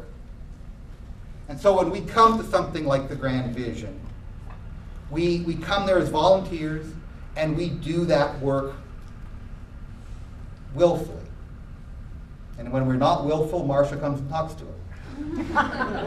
And we become willful again. Right? So the thing is, though, there is a lot of work in working together. One of the things that we found about Backbone, the Backbone function, right, is that it requires dedicated time, right, to keep us motivated, to keep parties being organized. And of course, all of our tables to be organized and the policy work. And after every meeting, there's a lot of work that gets done, that needs to get done. Someone needs to be following up on that. Someone needs to be helping you to do this thing and to make this work easier for you, right? So this is the role, the backbone role is something you should be learning a lot more about and figuring out how you're going to bring that one together. And I know that you've got Rotary Charities, which is like a gem, it's a diamond for your community. It's something that almost, well, I would say almost, I actually don't know of any other community that has something as precious as that can work that independently and gives money for all these years to different things. And that sees itself as a kind of facilitating and capacity building generally. But that is its own work. You can't ask them to do, you see where I'm going? I think it needs to be a common agreement about how you're going to support each other. But if this work of working together is that important, you need to invest in it, to strengthen it, to grow it, to help it to be managed in a better way. Okay, so what I want you to do now is I want you to find two people you don't know well. I know that if I said in this room, find two people you don't know, you'd all just be going, what? That you'd like to get to know better, okay? So find those two people, and what I'd like you to do is I'd like you to just have a simple conversation, okay? So just hold on before you do it. I want to know why it's important that you're here today. You came here to hear this message, right? So how that happens, I don't know. You know, maybe you're just saying, oh my God, what got me here? You're allowed to say that too, right? But find those two people, and then what I'd like you to do is I'm going to have you spend about 5 minutes answering that question, each person. What I want the other two people to do is I want you to listen to that individual and draw them out. And the only way that you can draw them out is to use the words, tell me more. Okay? Now, you're thinking, that's not enough. But you know, there's, what is it? There's a million ways to say I love you. Isn't there a song like that? Or 1,000 ways, 100 ways? What is it? Is it 100 ways? 50 ways to leave your lover. Okay, I don't know. I want to know your story now, you know. You got a juicy one. Okay, so tell me more. Tell me more. You draw the other person out.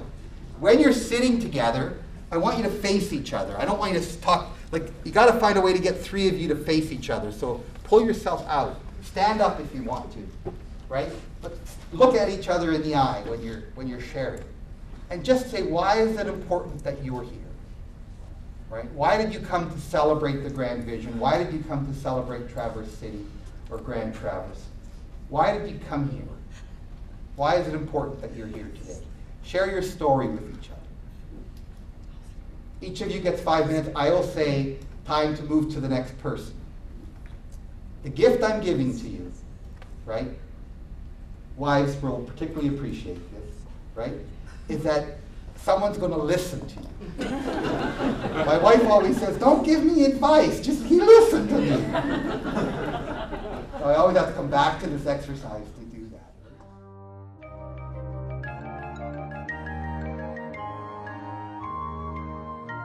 Well, thanks all for that. And what I'd like to do now is just take you through a thought process that I thought would be useful for you as you're thinking about what's next for the Grand Vision.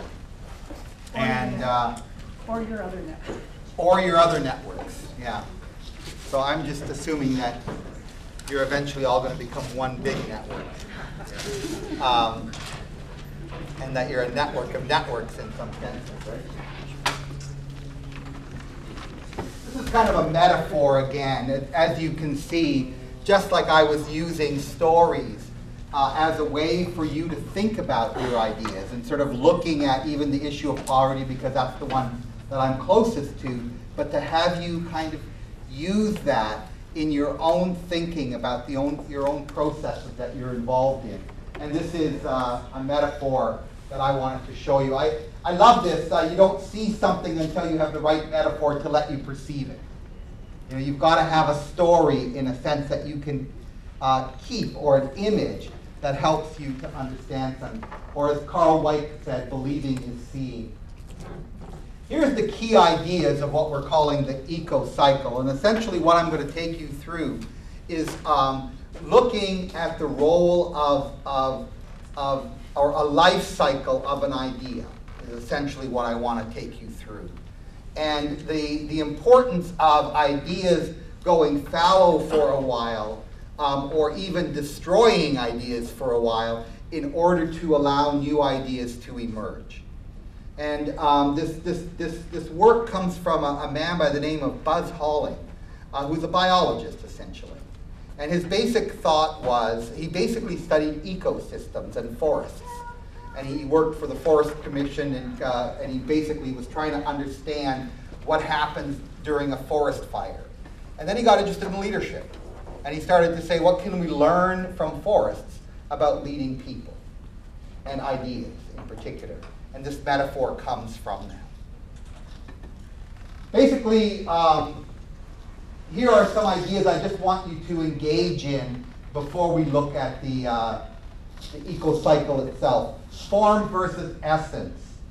So in some senses, the essence of the grand vision is distinct from its current form or manifestation. Meaning there is more happening than what you're doing. That you are greater than your activities. That your way of existing and showing yourself is only a piece of who you really are. Make sense? There is a larger ecosystem that you are a part of and trying to influence, and that the relationships make up. And there's a lot of untold stories, and there's a lot of values and ideas that you hold in common, but are what keep things together, but are not necessarily what you've talked about. Right? It's what makes it so uniquely placed. Second idea to think about is crisis and creative destruction precedes renewal. The unraveling of old patterns and structures releases energy and resources and creates the space for new ideas and approaches. Just to think about that for a moment. This is going to help us to do that. Third one, situational leadership and management. Different aims, culture, structures, and process and resources are needed for different stages of the work. You're going to see, I'm going to take you through the 4 stages. You're just going to see that different kinds of leadership is required at each stage. Resilient and responsive systems enable performance and renewal concurrently.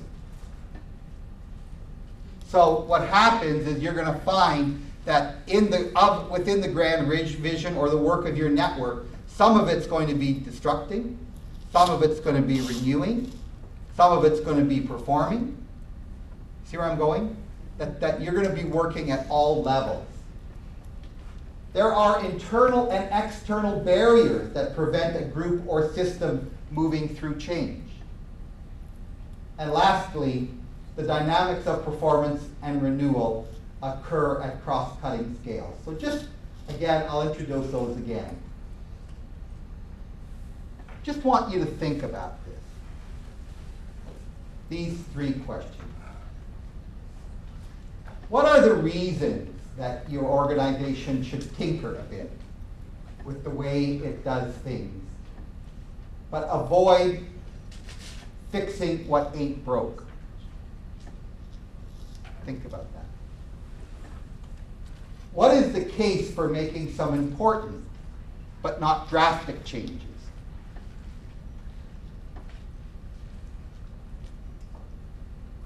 What are the reasons that this work, or parts of the work, should radically transform its work? Just think, these are the kind of overriding questions. And if we were doing a day-long workshop, I'd have you spend maybe an hour on those questions. But just do it on a rapid sense, in the sense that what we're really thinking about is change itself. Resilient forests, a metaphor for the grand vision. Okay. A forest fire. Creative destruction. Okay? You get it? Everybody knows this, right? It's common knowledge that when a forest fire actually is now common knowledge that it renews a forest. It doesn't kill it. Did anybody sort of went, wow, I didn't know that. It's okay to feel to do that. Okay? And there's renewal. So in its very basic sense, a forest fire occurs, trees are taken down, a lot of the animals, insects, so forth, pass, and then a new enters in its place. And eventually different plants take root and the dominant plants start to grow, new animals come, new insects come, and a new ecosystem occurs. And some people say that it requires many forest fires for a mature forest to occur. And often the trees don't even get burned. They actually get cleaned up, and then they haven't died. They will renew in their current state. That's what they call the exploitation phase. As different species and different trees and whatever start to compete with each other. And then there is the conservation phase, which is when it's in when it's fully performing and it's in full productivity, and it's a very healthy ecosystem. So if we want to look at this from the perspective of an organization, think of it more that there is the startup and the maturity of an organization. So you know how we start a project and then it goes into full performance? It grows and grows and grows, and eventually it's fully performing, right? And then there's this other one where things always need to renew. So even when you start getting up to this place, it needs to renew and become performing again. Peter Drucker, it's one of my favorite sayings, is that often when a company gets to this level, where it's highly performing, there's always a shift where the investment of time and money is greater than the output. And at that point, you're putting more and more resources into something that's failing. And that's the time to renew, right? And so he actually says what you need to do is you need to start renewing actually before you get to that place and come up with a new product or a new form of service, or you're going to go away. That's just an interesting understanding.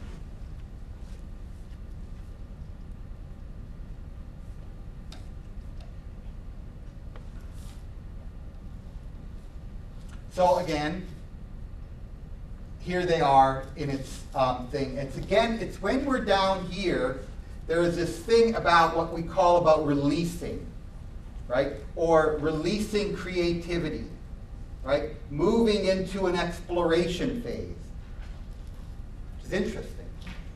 That's what I said about getting lost for a while. It doesn't mean that we need a forest fire to do that, but we want to take ourselves through a state of renewal so that we can move into an exploration phase. Meg Wheatley, she's one of my favorite writers, also a biologist. She talks that our most creative point is in the emergence phase, when things are emerging. From the point that we have an idea to the point that we start doing something about that idea is the creative place.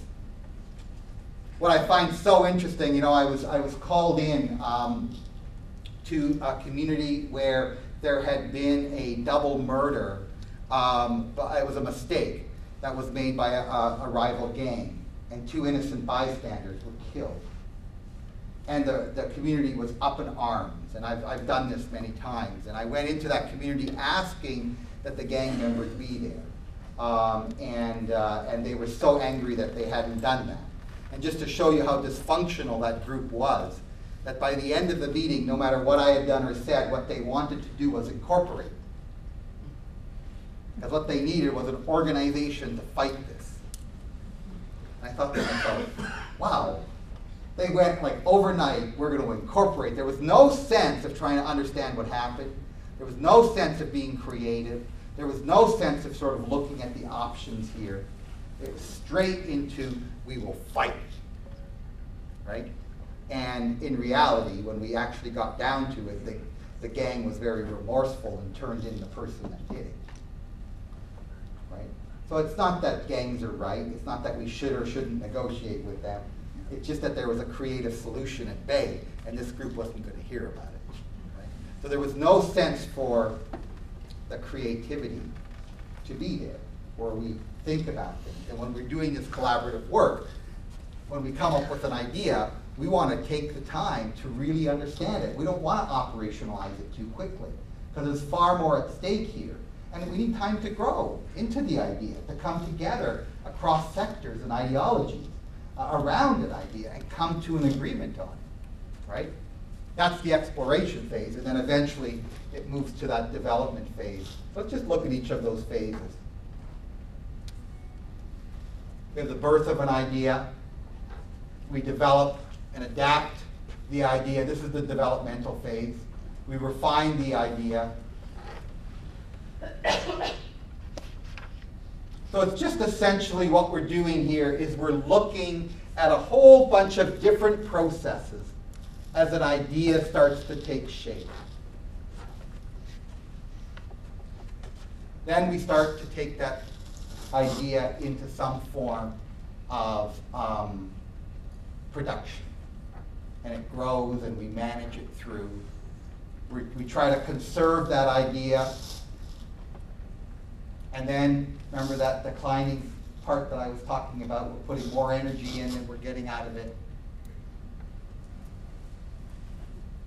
Often, it becomes overly bureaucratic, it gets bogged down, or there's a crisis of some sort, some confusion starts to happen, but we easily recoil from it. We start to reconnect around the idea, to renew it, move toward a shared vision, a broader direction. New thinking starts to emerge. Expanded possibilities, deeper buy-in unfolds. We start to place bets. Okay? So you know how we get creative? We have all these options. Eventually we've got to sort those options out and pick the ones that we're going to work on. Because there's a million things we could do, but there's only a few bets that we are able to make and focus on in hopes that they're going to take us to the future. Don't get lost in it. I actually don't find this all that brilliant, but here I'm teaching it and I'm saying that to you, right? But I find it extremely helpful as a metaphor. I just find all this detail hard to absorb sometimes. I do love this in terms of the developmental phase versus maturity. I learned about this first around evaluation, right? So I was always taught that there was two forms of evaluation. The evaluation that you do at the beginning, right, when you have a startup, right? So it's like formative evaluation. And then there's summative evaluation is what you do at the end. So you kind of want to know, did I start it right? And what was the effect and what's its chances of being successful? We learn from that. And then there's summative. Did we do what we said we were going to do? Well, what we learned about here is that there's another form of evaluation which is called developmental. And that's at the point where an idea comes from just an idea to the point where it turns into some form of reality. And that there is a period of time that takes. And part of what we say in vibrant communities anyway, we look at when a new vibrant community is formed, we ask it to spend 12 months minimum in dialogue, exploring, thinking, trying to unthink, rethink, try to deeply understand, listen to as many people as you can over time. Don't do that all rapidly, because it never works rapidly. You've got to do it over time. It has to be to the place where there are many iterative conversations. And that's where you start to unravel the potential for innovation in your thinking.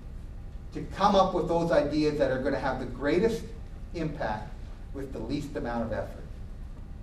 I don't know about you, but I was kind of born that way. Right? I want to have the greatest impact with the least amount of effort. And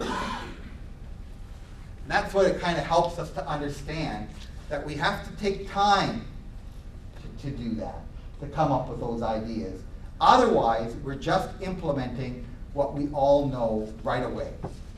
And we often listen to the loudest voice first. And all of us know that there's a sense of urgency. We got to get our ideas in early if we're going to win on this one. And there is no winning. There is just coming to agreement on a common bet that if we put our energy here, we're going to get there. That makes sense? Like, no one ever can predict what's going to happen or what the future is. So anything you work on is just a collective bet. And in many ways, I would rather rely on a group of people agreeing on the future than following one person's vision of the future. That almost always gets us in trouble. Anybody there with me? Even though we so want that knight on a white horse to show up and say, follow me, right?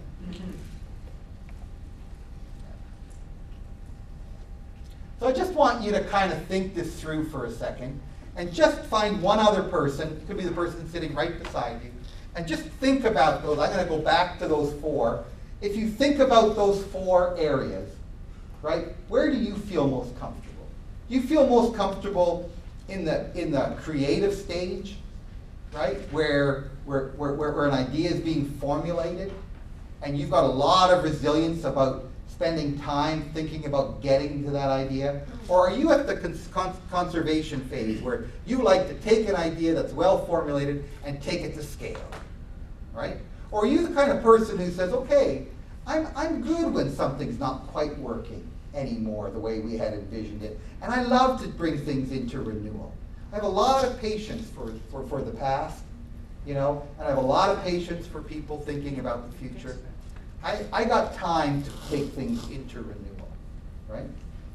So think about those for a moment, and just with one other person, say which one of those phases do I feel most comfortable?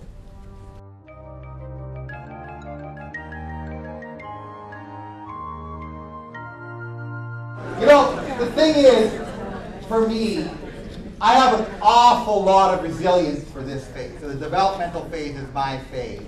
I'm also very good at taking things to scale, right? I have almost no patience for the other faculty, right? What it means for me is that as a leader, I find myself easily going to these places, and I will say yes to things that are at this stage. I almost never say yes to things that are in deep renewal. I just don't have the patience, right? And it's better for people to be there.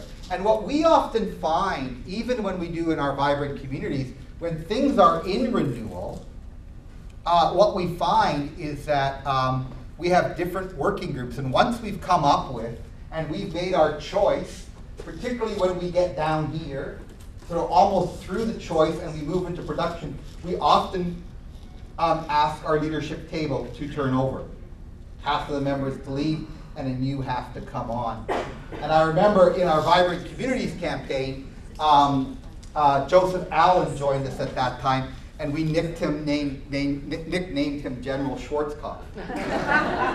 And he saw that it is his job, as he said, we will achieve, we will win. And it was his job at every meeting to bring that mantra back and to drive us forward. So it's just a helpful thing from that perspective.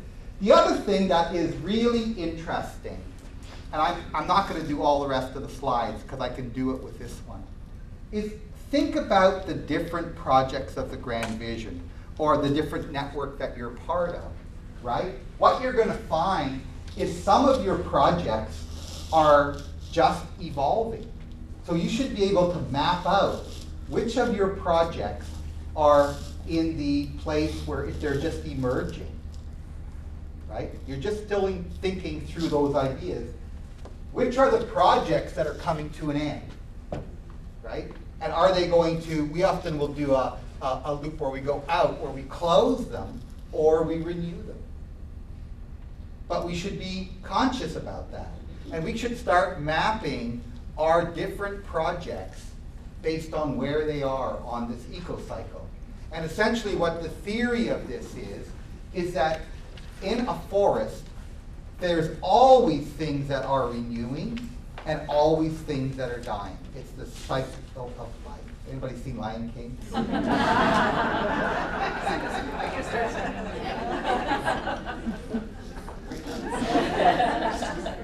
You get it, right? And so it should be that a healthy organization based on this theory has projects at all levels, right? So if you've got a traffic jam here, think about that for a while. Does that mean nothing's ever ending? You're always trying to push things up into the conservation phase and leave them there, right? That's a weakness in your organization and in your network, right? Things should be ending, new things should be coming out, things should be trying to be renewed. See where I'm going? And maybe whole areas, if I think of your 6 areas, maybe there's whole areas that could be saying, where are we on this? In our area, do we need to renew? Others are saying, we just came through that. We are now performing, right? We need to move up that cycle. We've got our ideas. We've made our choices. Right? Anyway, it's a metaphor and helpful in that regard. So I wanted to ask, we've got 20 minutes left. Do you want to go into a Q&A or do you want another metaphor? More metaphors. You want more metaphors? Simple, complicated, complex. That's my next metaphor.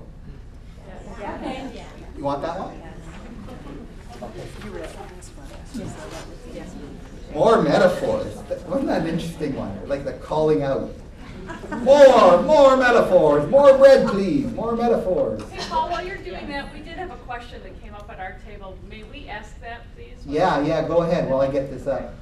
So the question is if you're in that, Are you asking me this the question? crisis, Oh. the crisis has already happened, so you're in that creative stage. If you do a better job then and have a greater amount of creativity and collectivity, whatever, can you bounce it higher so that when you get to the maturity stage and you're actually making things happen, that you can go higher and for a longer period of duration? Can you control the cycle so that it's bigger than it, or are you stuck with this little? I'm kind of thinking of foreplay now. Is that the question? Whatever metaphor you want. I don't know. What an answer.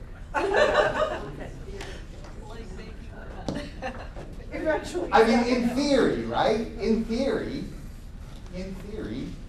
that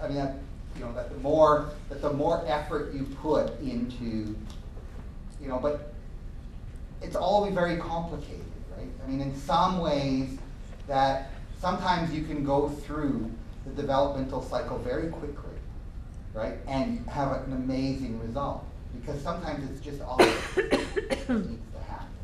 And my sense is the higher performing we are as a community, the more seamlessly we can go through and the quicker we can go through those cycles. The less afraid we are of closing things and ending things and starting and trusting each other, So I would, the theory would say the healthier the ecosystem, the more seamless everything is. The easier it is, the richer the soil, right? And the easier it is to grow good soil. But if you don't have good soil, it doesn't matter how good your seed is or how good your planting or idea is, you're not going to get very good produce. So there's a kind of a process there.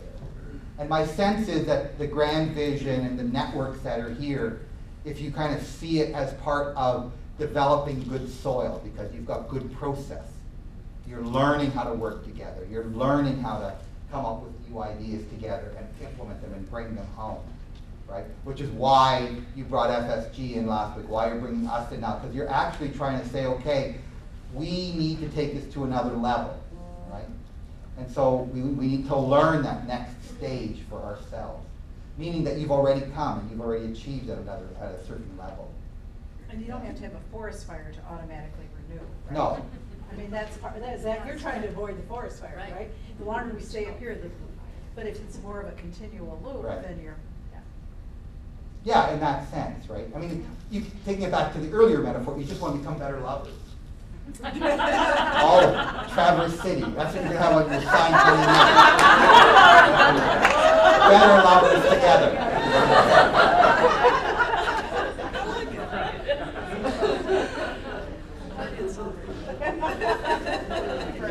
Okay, ready for another metaphor?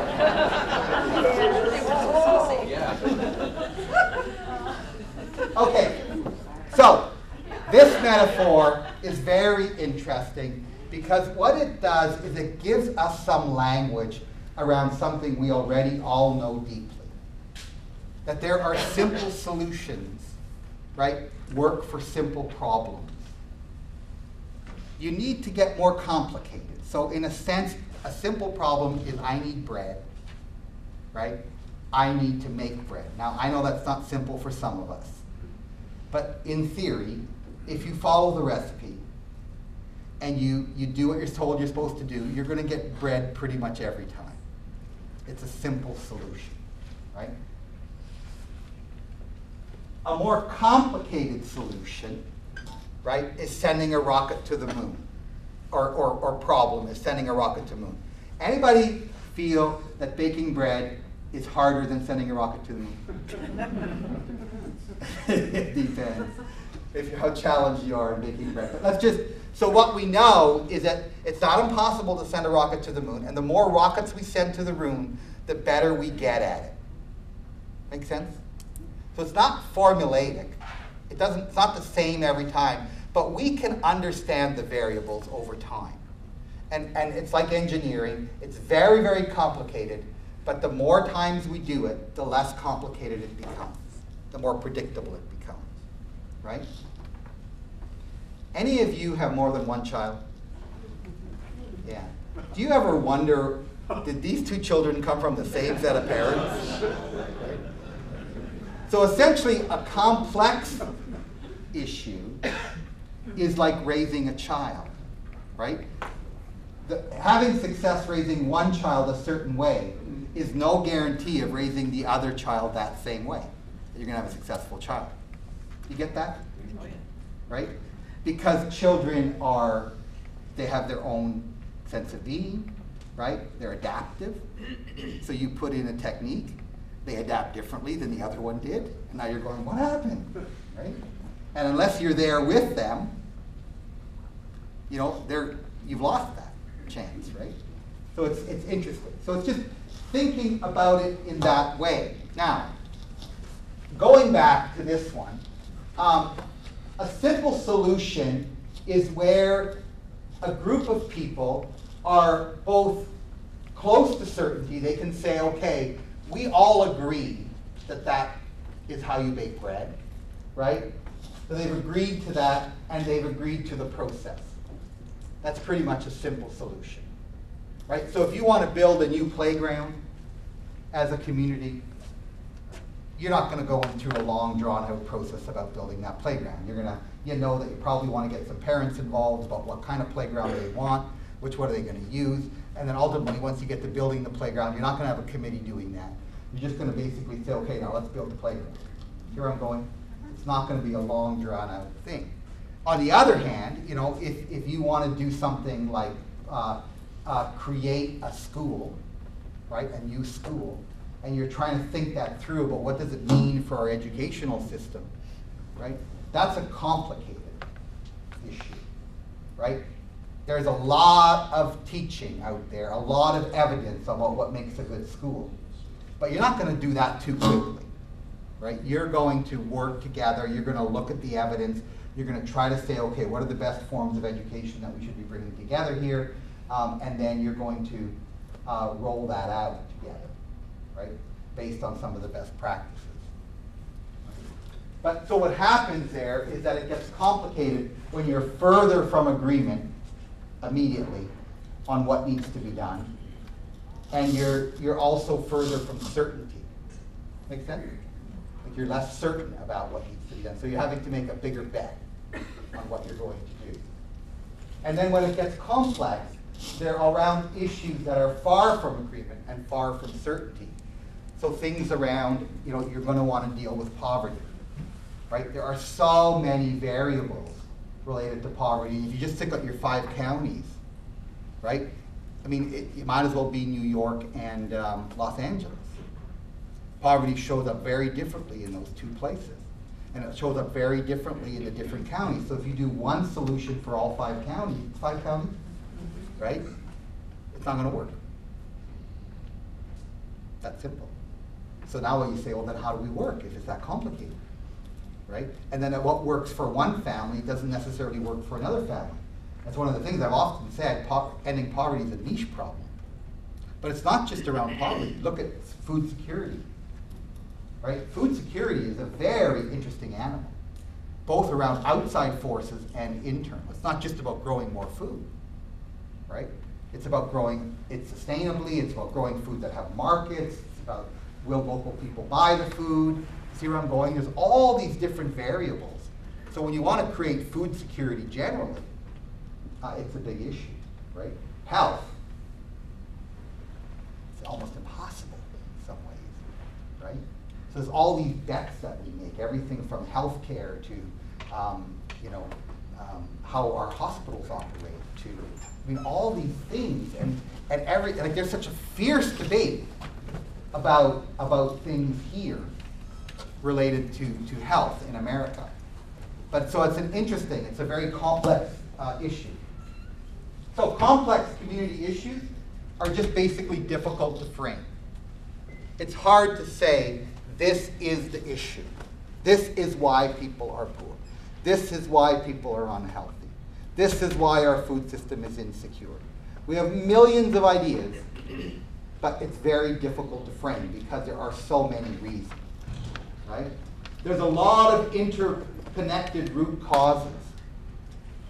So many different reasons for people being poor, so many different reasons for people being unhealthy, so many different reasons for the food system to be insecure.